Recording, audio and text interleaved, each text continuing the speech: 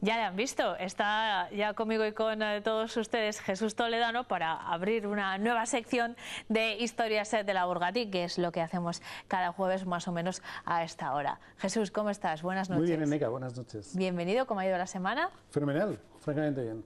Hoy volvemos a la catedral. Ya dijimos al principio de esta temporada que periódicamente, y bueno, conmemorando el próximo 800 aniversario de la catedral, queríamos conocer un poco mejor la catedral y algunos de sus rincones, y fiel a esa cita, pues hoy vamos a hablar además de uno de los sitios más especiales de la catedral. Especiales, además viene al caso porque se va a celebrar ese gran concierto entre el Orfeón Donostiarra y el Orfeón Burgalés, y no habría mejor escenario que efectivamente la escalera dorada, propia del Renacimiento, como vamos a ver ahora, y sobre todo de carácter universal. Incluso al final del espacio vamos a identificar otras escaleras que están basadas en esta o en la primigenia del Vaticano para su consecución. Y desde luego que estamos ante una obra de Diego Siloé importante. En lo arquitectónico, fíjate, parece casi una metáfora. Salva la distancia entre la falda del castillo y la llana, la plana, esa ciudad que desde luego se forma bajando del castillo y que ya consolidada en 1221, cuando se construye la catedral, desde luego hay que esplanar ese suelo, ese llano, para poder llegar a la falda del castillo y esa distancia salvarla. Pero fíjate, la que vemos... Que, por cierto, perdona Jesús, es una gran distancia, ¿eh? Ahí vemos el cambio de altura, en la escalera dorada se ve clarísimamente que es muy grande. Es muy grande, y sobre todo que la solución arquitectónica que toma Diego de Siloé viene después de otra escalera mucho más incómoda y que traía muchísimos problemas. Cuando Fernández de Fonseca, el obispo Fonseca, decide en 1517 hacer esta escalera, es porque ha derribado la antigua. Y fíjate, hay inscripciones, hay algunas citas en los archivos de la catedral en los cuales él se queja como obispo, incluso le contradice al cabildo, porque por ahí atraviesan personas hacia los mercados, desde los barrios Estaba altos. pensando en esto y lo traía a la actualidad. ¿Cuánta gente no ha atajado desde la calle La Moneda, Almirante Bonifaz, por unos conocidos grandes almacenes, por ejemplo, ¿no? Pues ese paso se hacía también en la catedral, desde donde está ahora más o menos Castilfalé, ¿no? Al otro lado. Exacto, desde la calle Fernán González por la catedral. Y sobre todo a los mercados, al mercado mayor, al mercado menor, y pasar por unos grandes almacenes puede ser desde luego un incordio para el guardia de seguridad, pero aquí se trataba de un sacrilegio que el obispo Fonseca identifica y deja una cita en la cual trata de impedir que pasen personas, comerciantes, ganado, con aves, con ganado, el otro día Óscar Esquivias escribía un artículo precisamente para hablar de cómo están los archivos burgaleses y aludía a la figura del perrero de la catedral. Ya 2 siglos después, el cabildo se quejaba de la cantidad de perros y gatos, añado yo, Óscar no lo decía, pero también gatos, que había en la catedral, y sobre todo que podían en algún momento dado atacar, decía, a las tumbas, a los sarcófagos que hay allí. En este caso, en 1480, el obispo Fonseca se queja de ese tráfico comercial que hay entre esa escalera, una escalera incómoda y desde luego que para nada con la librea, con el lustre que tiene esta, y decide tirar esta. Se producen quejas del propio cabildo, de lo que son sus clérigos y por supuesto de la vecindad. Entonces él lo que hace es decidir abrir la puerta de pellejería, la puerta contigua de ámbito renacentista, y sobre todo mandar construir esta. Y lo hace a un Diego de Siloé recién llegado de Italia, recién llegado de Nápoles. Y eso va a ser fundamental porque ha recibido las influencias de Donato de Bramante. Donato de Bramante es quien ordena la plaza de San Pedro, ordena la plaza del Vaticano, y lo hace con una escalera, el Bel Vedere, la bella vista. Es un patio con una escalera desde luego que mira a la plaza de San Pedro, que mira al Vaticano, y posiblemente por esas influencias, hay quien dice, un profesor de la UBU dice que incluso de Leonardo da Vinci, de Miguel Ángel, puede haber recibido esas influencias para hacer esta escalera. Lo cierto es que con esos tramos diferentes que descansan, primero vemos esa escalinata con 14 escalones que llega a un altar, y a partir de ahí se bifurca en 2 mesetas para subir arriba. Él traza ese diseño influenciado por el Renacimiento italiano, y a partir de ahí el maestro Hilario hace el pasamanos, después otros 2 artistas hacen lo que son esas figuras, esas ménsulas, esos grifos que acompañan por supuesto su estructura y que la hacen francamente importante, interesante, de un ámbito universal. Ahí la vemos, siempre reflejada, representada en diferentes grabados. Siempre se dice, el último que bajó por ella fue Napoleón. Bueno, pues sea cierto o no, lo cierto es que, por ejemplo, en la Ópera de París podemos verla también representada. Es así, casi seguro que influenciada por la visión de la nuestra. Y luego ya cuando la vemos en el Hotel Baltimore en Nueva York, cuando la vemos en muchísimos otros espacios, desde luego dignos de reseñarse, pero hay otros. Cuando vemos ahora el Parque del Castillo, solo tenemos que ver la estructura de las escaleras, unas escaleras domésticas, unas escaleras de parque, de ámbito urbano, para que nos recuerden a esa solución que tomó Diego de Siloé con esas dos mesetas, esa bifurcación de las escaleras, para desde luego dejarnos una obra majestática. Y por supuesto, bueno, pues ahí se celebrará ese concierto entre los dos orfeones. Es importante la presencia de Orfeón Donostierra porque fíjate, una de las claves de Por cierto, el Orfeón Burgalés también está celebrando su aniversario, también, ¿no? Sus 125 años. Y es muy importante en el reflejo de ese Orfeón burgalés la figura de José María Beovide, Donostierra de San Sebastián, que después de un amplio periplo en su propia tierra, en Guipúzcoa, en Ecuador y en Nueva York, aparece por Burgos, lo hace para ser profesor en el Colegio de Jesuitas. ¿Y quién llega allí como alumno? Antonio José. Inmediatamente ve las cualidades de Antonio José, le forma musicalmente, es la primera influencia que tiene la de José María Beovide, es un hombre que ya en Burgos contrae matrimonio, que se asienta aquí.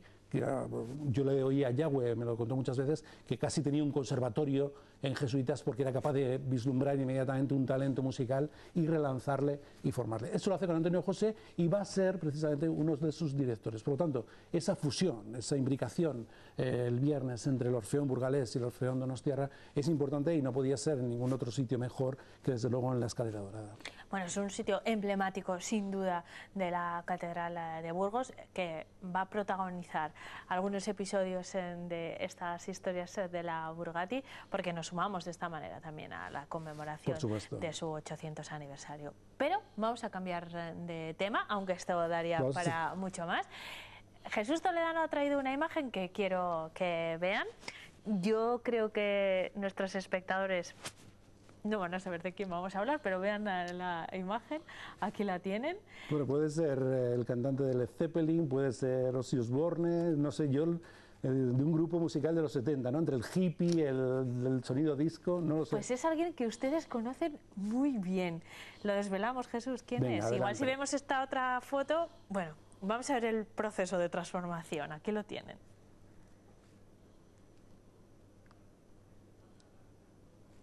Esta imagen corresponde a hace unos cuantos años. Es un personaje de la ciudad que podríamos clasificar de muchas formas. Es artista, sobre todo es un artista. Él se llama a sí mismo creador. Y lo ha sido todo. Vamos a ver, sobre todo vamos a ver su figura artística, porque el personaje público muchas veces nos solapa al artista que lleva dentro. Y de hecho él habla de las fuentes que tenía Ignacio del Río, habla de lo que son diferentes artistas burgaleses. Has dado una pista muy grande, ¿eh? Ahora mismo has dado una... A los cuales... Que vamos a ver de quién se trata. El gran Cristino Díez. El gran Cristino Díez, ahí está. Hemos visto una foto de su juventud, que supongo que era un artista hippie o no sé. Bueno, ahí está recién Tiene llegado. pinta de artista, desde luego, ¿eh? Es el pasaporte que utiliza para irse a la India. Ahora vamos a ver cuál es su génesis como artista, porque insisto, el personaje público, que se ha sentado muchas veces aquí... Claro, es tertuliano de esta misma mesa. Ha sido político con responsabilidades municipales importantes, concejal del Ayuntamiento de Burgos durante mucho tiempo. Es un artista reconocido, un bohemio reconocido también en, Fíjate, ahí hemos visto distintos ámbitos de la ciudad. Fantástica superposición que ha hecho Escalada con los dos rostros, el del hombre recién llegado de la India. Ahora vamos a ver esa génesis del artista, porque fíjate, le traemos sobre todo por esa exposición magna que se está celebrando en Caja Viva en torno a lo que son los gallos, ya se les llama. Es impresionante la exposición. De Cristino, impresionantes, y él lo que quiere homenajear es aquellos gallos dominicanos que pintaba Ignacio del Río. Pero en ese hierro, en esa estructura, en esos cuerpos que construye y que crea Cristino Díez Ruiz, lo que vemos es la mirada de un niño que nace en Castrojeriz, es el nieto de los herreros de Castrojeriz ya, todo apunta al hierro, a la formación, a la creación, y inmediatamente sus padres se marchan a Bilbao y él allí, fíjate, en la fundición, en los Altos Hornes de Echevarri, lo que hace es muchísimas tardes bajar con su tío a ver cómo se crean las figuras, cómo se forman algunos diseños de Oteiza, de Chillida, y por supuesto esas son sus primeras influencias de aquella metalurgia, ¿no?, pesada, de lo que era aquel Bilbao rumboso. Pero ahora fíjate, marrón. estoy recordando los últimos trabajos de Cristino que tienen mucha ferralla, Claro. incluso los propios cuadros, no ya las esculturas. Él se considera pintor. Claro, es que en los cuadros introduce como material la ferralla y es una maravilla porque consigue una textura. Yo no sé si vamos a tener tiempo de hablar de todas las facetas de Cristino porque son... Le vamos a dedicar muchos programas, pero fíjate, vamos a empezar ya a ver fotografías de lo que es su carrera, porque él, en cuanto está en Bilbao, y desde luego que ya sobresale en el colegio, en el diseño de la cartelería propia del colegio, apunta maneras, y es importante un hombre que es vecino de ellos, como es Valentín Niño, que se viene a Burgos a dirigir Hispanoquímica. Y se trae a su padre, se trae al padre de Cristino, por lo tanto la familia retorna a Burgos. Y cuando está aquí, le mandan inmediatamente a estudiar a Segovia, a los claretianos de Segovia, y ahí empieza un periplo de Cristino, un Cristino contestatario. Claro, que ya es que me estaba imaginando a Cristino ya es interno. Es expulsado de su primer colegio. Sí, claro. Le sugiere a todos sus compañeros que se lean Cristino. el Decamerón de Boccaccio, que es erótico, que es divertido, y los curas deciden mandarle inmediatamente a Burgos. Ya aquí instalado comienza, fíjate, en la filial 1, un colegio en Gamonal, donde conoce a un hombre que él considera clave en su vida, que es Manuel Simonov, un profesor de la Politécnica, un profesor importante. Voy a pedir a realización que nos pongan ya las fotos.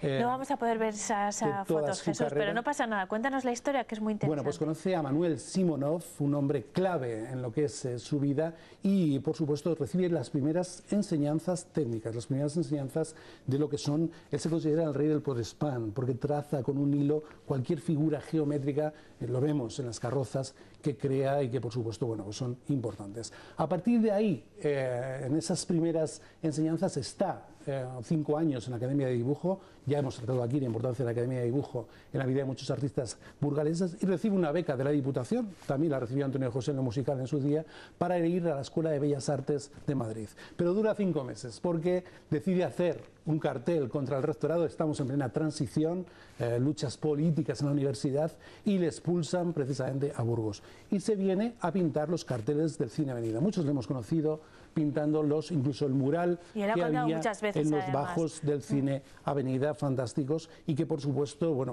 luego fue derribado en una actuación un tanto, desde luego, pues inoportuna. Yo hubiera dejado tanto el Gato Félix, no allí, pero lo hubiera trasladado como el mural de Cristino. Pero fíjate, ya tiene también problemas, porque él es que hace los carteles del Cine Avenida, también los del Gran Teatro, pero también de forma soterrada, de forma subrepticia, crea carteles políticos. Y la policía armada, casi nada, también en plena transición, cómo coteja a quien está haciendo esos carteles políticos subversivos, comprobando y cotejándolo con la letra que tienen los carteles del Cine Avenida. Por el diseño, por el diseño y la letra. Claro, decían, estos carteles son muy artísticos, está claro que esto... Y a quien detenían siempre a Cristino. Vaya. De tal forma que se va a la mili y se va a un pelotón de castigo, a Zaragoza, una especie de batallón de castigo que había allí. Pero él encuentra una oportunidad maravillosa. Así como todos sus compañeros, todos sus soldaditos llevaban a casa pequeños souvenirs zaragozanos a sus novias, él decide proponerles que por una módica cantidad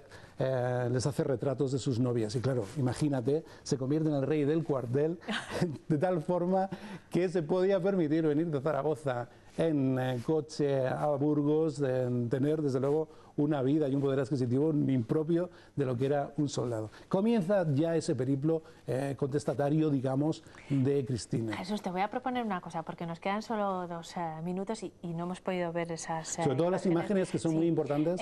Pero bueno, ya hemos hablado que vamos a dedicar a Cristino por muchos motivos, pero sobre todo porque tiene muchas historias de la Burgati. O sea, es un gran ejemplo de historias de la Burgati que contar. Le vamos a dedicar diferentes episodios. ¿Tú ya tenías planeados dedicarles episodios relacionados con su faceta artística? por ejemplo, a través de las carrozas o de su papel en Carnaval, del que hemos hablado en diferentes ocasiones, pero vamos a ampliar la sesión de hoy, porque además, como es amigo del programa... Sí, pues, sobre todo porque esa exposición refleja la vida, refleja a un artista, y muchas veces a Cristino, porque también estamos acostumbrados a verle quizá demasiado, y ya no valoramos al artista, al artistazo que hay detrás. Y lo que pretendemos hacer, sobre todo con las imágenes que nos han quedado hoy todavía por enseñar, es analizar ese artista. Hemos visto su génesis y desarrollaremos seguramente en un próximo programa el resto de su figura. Estupendo. Y un día le invitamos también para Es tremendamente generoso. Fíjate, uno de las fotos que vamos a ver en su día es un proyecto que hizo para que no derribaran la celofán, otra cosa que yo no hubiera derribado nunca. Mi próxima novela... La famosa chimenea de la celofán. Hubo una polémica y muy interesante. Mi próxima novela, la que presento en junio, tiene uno de los elementos claves en la chimenea de la celofán. Y me dijo el otro día, te voy a hacer la portada. Digo, no, que ya me la han hecho. Dice, pues la del siguiente libro. Bueno, pues ya tengo la portada del 2021 hecha por Cristino. Es tremendamente generoso. Bueno, le mandamos un beso grande a Cristino, que le hemos avisado que iba a ser protagonista y seguro que nos está viendo, y le vamos a ver por aquí también la próxima semana, y le dedicaremos una nueva sesión de historias de la Burgati. No será el próximo jueves, porque es Día de Todos los Santos y jornada festiva, pero el siguiente estaremos aquí para ocuparnos de ese tema o del que quieras. Jesús Toledano, es un placer. Gracias. Nosotros seguimos en 8 Magazine porque todavía tenemos pendiente la previsión meteorológica, que siempre es interesante, pero con la que se avecina este fin de semana creo que todavía más. Vean.